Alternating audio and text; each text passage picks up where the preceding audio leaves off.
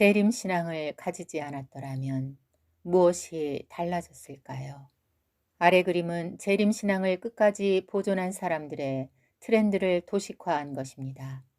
휴거라는 좁은 문을 통과하기까지는 많은 난관과 시험을 지나야 합니다.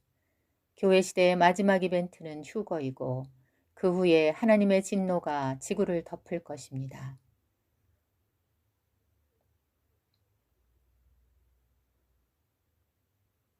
한국 교회가 재림신앙을 포기했던 가장 큰 규모는 다미 선교의 사건이었습니다. 이때를 기점으로 교회에서 그렇게 자주 불렀던 재림 찬송도 사라졌습니다. 그리고 1992년 10월 이후 30년이 지나면서 얼마 남지 않은 재림신앙은 그날이 지연되면서 다시 어려움에 처하고 있습니다. 재림신앙을 가지지 않았더라면 무엇이 달라졌을까요? 부작용으로 거론되는 요소로 한번 살펴보겠습니다. 재림신앙을 가진 케이스입니다. A그룹 1. 일상에 대한 성실성, 차이 없다. 2. 신앙에 대한 열정, 순결성, 좋아진다. 3.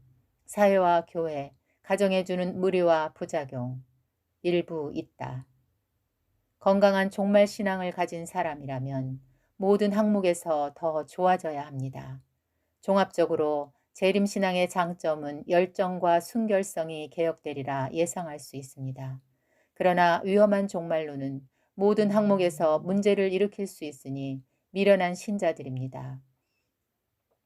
A그룹은 더욱 교회와 직장과 가정에 충실하고 배우자에게 잘해야 합니다. 이번에는 반대로 재림신앙을 가지지 않은 신자들은 어떨까요? B그룹 1. 일상에 대한 성실성, 차이 없다.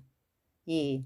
신앙에 대한 열정, 순결성, 나빠진다. 3. 사회와 교회, 가정에 주는 무리와 부작용, 없다. 일상에 대한 성실성은 소수를 제외하고는 A그룹이나 B그룹 모두 비슷할 것으로 예상됩니다. 신앙에 대한 열정이나 순결성은 A그룹이 우수하고 B그룹은 현재 교회의 상황만 보아도 점점 나빠지고 있습니다.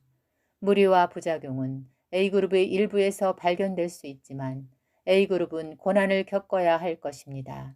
재림신앙이 없었다면 A그룹도 바벨론 도시에서 세속주의에 젖어 살았을 가능성이 높으니 B그룹은 더 위험하고 미지근한 신앙입니다.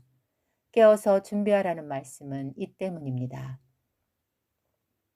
재림신앙에서 미혹은 두 가지 방향으로 생각할 수 있습니다. 날짜를 말하여 혼란을 주거나 특정한 장소로 모이라 하거나 금전적인 이익을 도모하는 사례가 있습니다.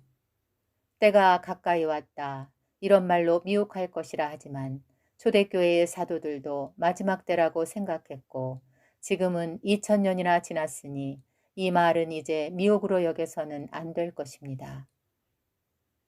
12개의 징조 중 당시에는 한 개도 나타나지 않았지만 지금은 11개의 징조가 성취되었습니다. 역으로 재앙이 임박했음에도 불구하고 그날이 아직 멀었다고 안심시키며 영적으로 잠자게 만드는 것이 마지막 미혹입니다. 신앙은 선한 싸움, 장거리 경주로 비유되곤 합니다. 신앙이 세상과 타협하거나 산책하는 것처럼 여유롭지는 않다는 의미입니다. 올바른 재림신앙은 세상과 안락한 자리에서 떠나 분투하게 만드는 특징이 있습니다. 그러니 그 과정은 험난하고 힘겹다고 할 수 있습니다. 예레미야는 40년간 예루살렘의 멸망을 외칠 때 정말 힘든 과정을 겪었습니다. 노아는 120년 동안 방주를 만들 때 얼마나 조롱을 당했겠습니까? 눈에 보이는 화려한 바벨론 도시에서 빠져나와 보이지도 않는 새 예루살렘 도시를 지향하는 다시 오실 약속을 붙드는 신자들은 대단한 분들이라 할 수 있습니다. 신자와 신부는 다릅니다. 신자와 제자는 다릅니다. 예비군과 현역군인은 훈련 과정이 다릅니다. 신자는 자동적으로 이루어지지만 제자는 훈련되고 절대 순종해야 하고 그리스도와 함께 걷고 함께 죽어야 합니다. 재림신앙을 가진 분들에게 문제가 없지는 않습니다. 물론 재림신앙을 가지지 않는 분들은 비교할 수 없을 정도로 문제가 더 큰 상태지만 자신들은 잘 모르고 있습니다. 필자는 주위에 부작용이 보이더라도 가급적 비판을 자제하는 것은 한 사람이라도 포기자가 없기를 바라는 마음 때문입니다. 주님은 이 모든 것을 보거든 인자가 문 앞에 가까이 온 것을 알라고 말씀하셨습니다.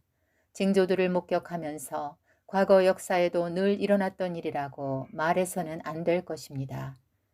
그리스도의 종말 개념은 상징이 아니라 직선적인 시간 개념입니다.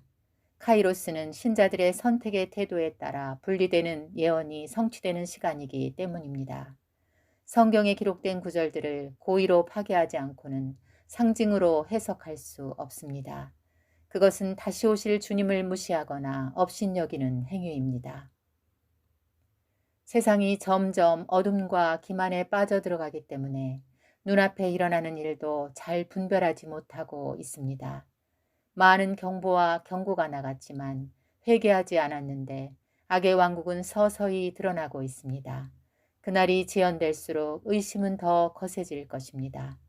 내부적인 의심과 지쳐가는 피로감, 외부적인 영적 공격과 조롱도 점점 심해질 것입니다.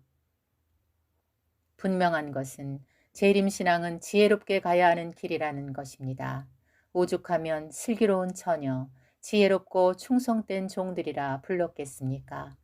슬기롭고 신중하고 겸손하게 처신해야 합니다. 그리고 이 한 가지만 기억합시다. 주님은 반드시 어느 날 갑자기 오실 것이고 우리는 그분의 약속과 행동 지침에 순종합니다. 또한 우리는 교회와 사회와 가정에서 더 아름다운 열매를 맺도록 힘쓸 것입니다. 지연으로 오는 피로감 때문에 다른 말 하거나 중간에 포기하거나 오락가락하지 않기를 바랍니다. 정결한 신부, 한결같은 신부의 특징은 정절입니다. 너무 늦지 않게 준비되기를 바랍니다. 곧 파괴가 올 것입니다. 우리가 주님께 집중하지 않으면 어디에 집중하겠습니까? 세상 밖에 더 있습니까? 주님이 오시고 문이 닫힌 상태를 상상해 보십시오. 공황 상태가 온 세상을 덮을 것입니다. 그러니 여러 의심스러운 말과 상황에서도 주님의 약속을 붙잡고 끝까지 가도록 합시다. 마라나타.